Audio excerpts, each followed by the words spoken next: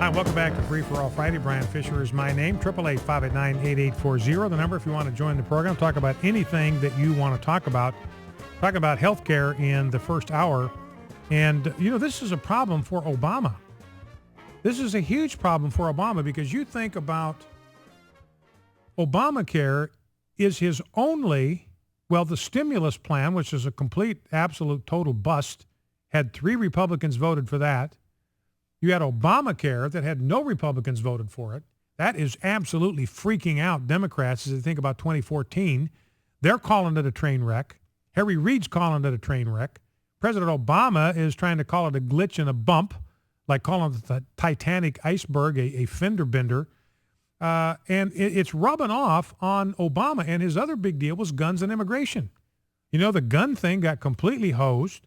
Immigration is DOA. Rubio says we can't even get this thing through the Senate, which is where it started. So let's grab clip 4 if we can, Rob, and then I'll play clip 5 right after. This is the Ann Kornblut from the Washington Post. I think the first part of this clip is Joan Walsh from Salon. So we got some arch liberals here. Remember, I talked to you about Maureen Dowd yesterday referring to President Obama as a lame duck. He was, inaugurated January 20. We're not even 4 months into his second term, and already liberals are calling him a lame duck. So here's Joan Walsh of Salon and Ann Kornblut from the Washington Post. I mean, these are blue blood liberals. Listen to them talk. I do agree about the tone, however. The tone of late has been a little whinier than I think we'd like to hear. But as far as what he can actually do, I think it's very, very hard. And there seems to be this sort of mindset from him. You said whining there, but this sort of like, I'm done with it. You see the way these people treat me. What am I supposed to do? Right. And that's not good for Democrats to have that opinion in 2013. But look, this has always been something of his approach. He's always wanted to reason with people, and if reason didn't work, well, that's their problem. They should be reasonable, and he's never enjoyed the arm twisting. So much has been said about that. I think what we're seeing now is that you always knew a second term was going to be tough, and that lame duck status would set in at some point. I think, probably to the surprise of anybody in the White House, it's creeping up on them. Creeping up on them much sooner than they expected. So here's Washington Post, Salon. He's whiny. Washington Post, lame duck status has crept up on them much sooner than they expected. Here's Aaron Burnett, CNN. They had a little liberal grape session about Obama and the GOP Congress. Let's listen. This story out front now, liberals turning on President Obama. These are people who have supported the president, and these are harsh words. They are harsh words, and I'm going to be honest with you, I'm on the progressive side. I think President Obama is in danger of being a lame duck president, to be quite honest with you. No more legislative accomplishments other than Obamacare. That's all we might see. This Congress, these Republicans, Aaron, are provably and historically obstructionist. They just are. Mitch McConnell bears more of this blame than the president does, but we ought to just keep talking about it. We ought to just keep pushing at it. Oh. You know, you got that liberal on there. It says, I'm a progressive, which means he's a whacked out leftist. And he says he's a lame duck. The only accomplishment I have is Obamacare. And Max Baucus, we know, is calling that a train wreck. Harry Reid is agreeing with him. It's a train wreck. Even Obama is admitting there are going to be glitches and bumps in the rollout of this thing. And that's his only accomplishment. And it's a total disaster.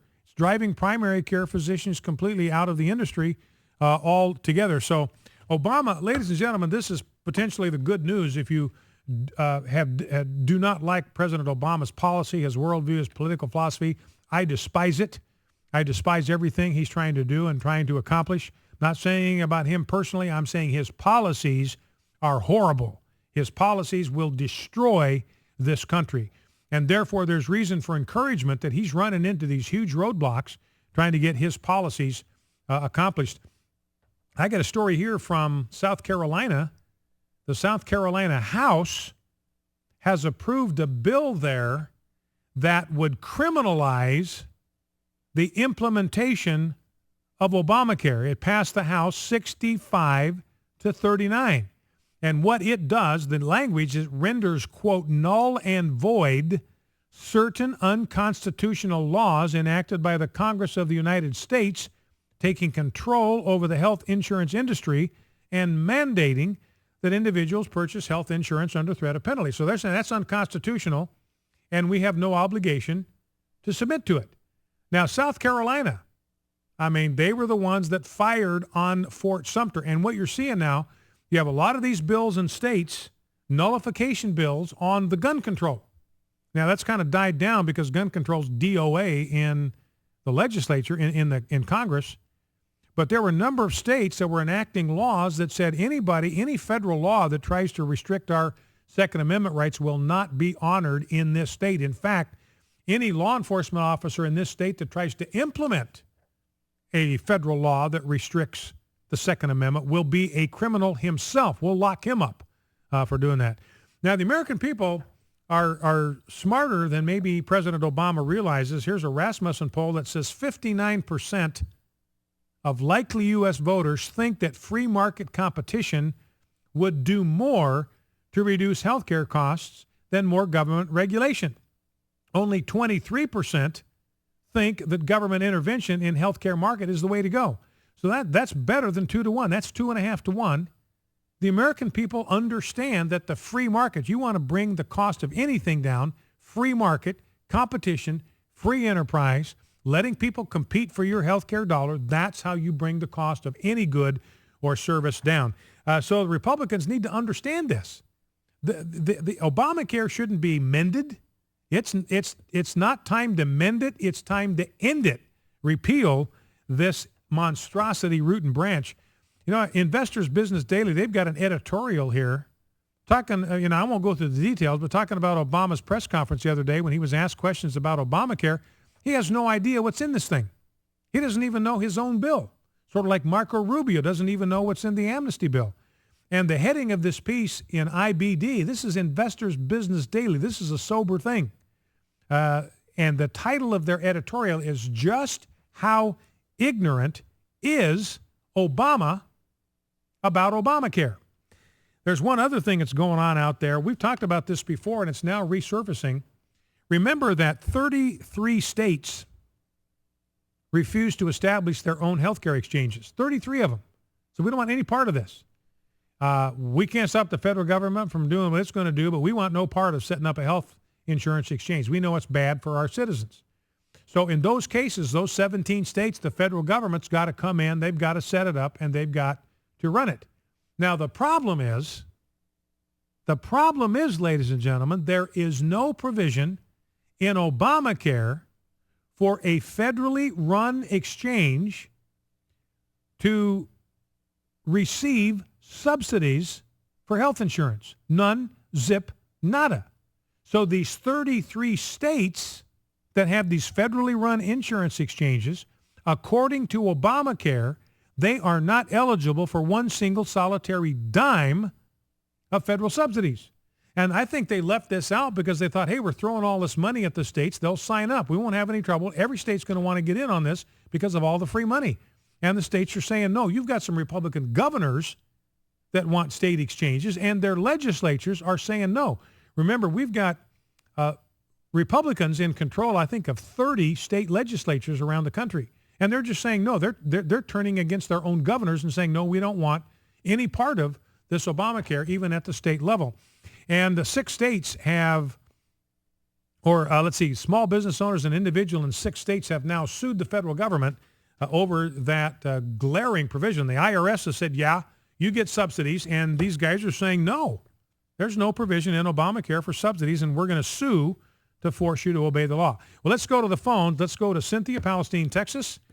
If we can bring Cynthia in. Cynthia, welcome to Focal Point with Brian Fisher. What's on your mind?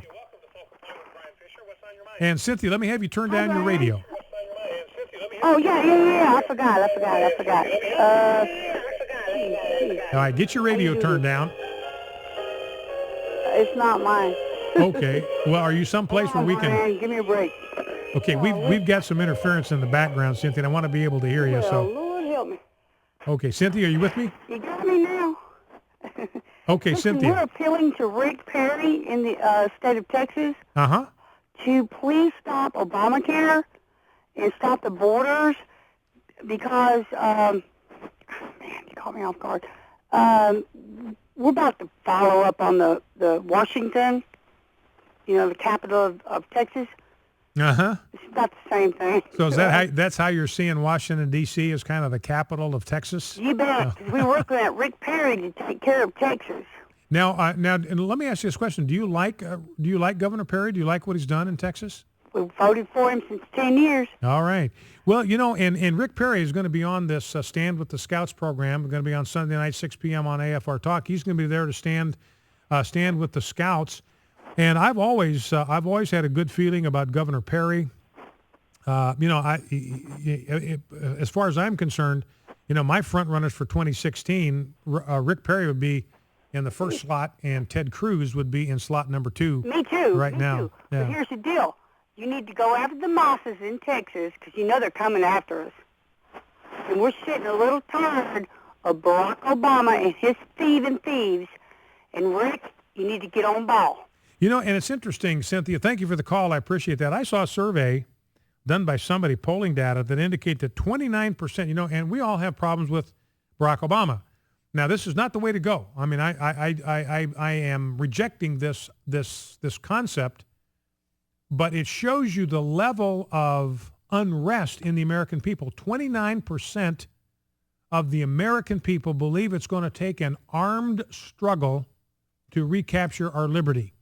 That's how bad things have gotten. Now, ladies and gentlemen, those are the kind of figures that you had back in 1770.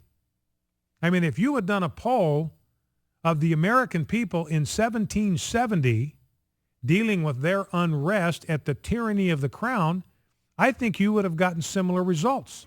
You would have had a lot of people in the colonies. I mean, they didn't do polling at that time, so it's kind of educated guess. But they would have said, look, it's looking to us like it's going to take an armed effort to secure our liberties, to protect us from these tyrants. And don't forget, Second Amendment, remember the militia, according to the founders, was necessary for the security of a free state, capital S. In other words, the founders understood that each state at some point might need to defend itself using the force of arms against tyranny, encroachment from other states or from the federal government. So if arms were ever to be taken up in defense of our liberties, that's how it ought to be done. A well-regulated militia raised up by the states to defend their liberties and their rights. Focal Point, AFR Talk.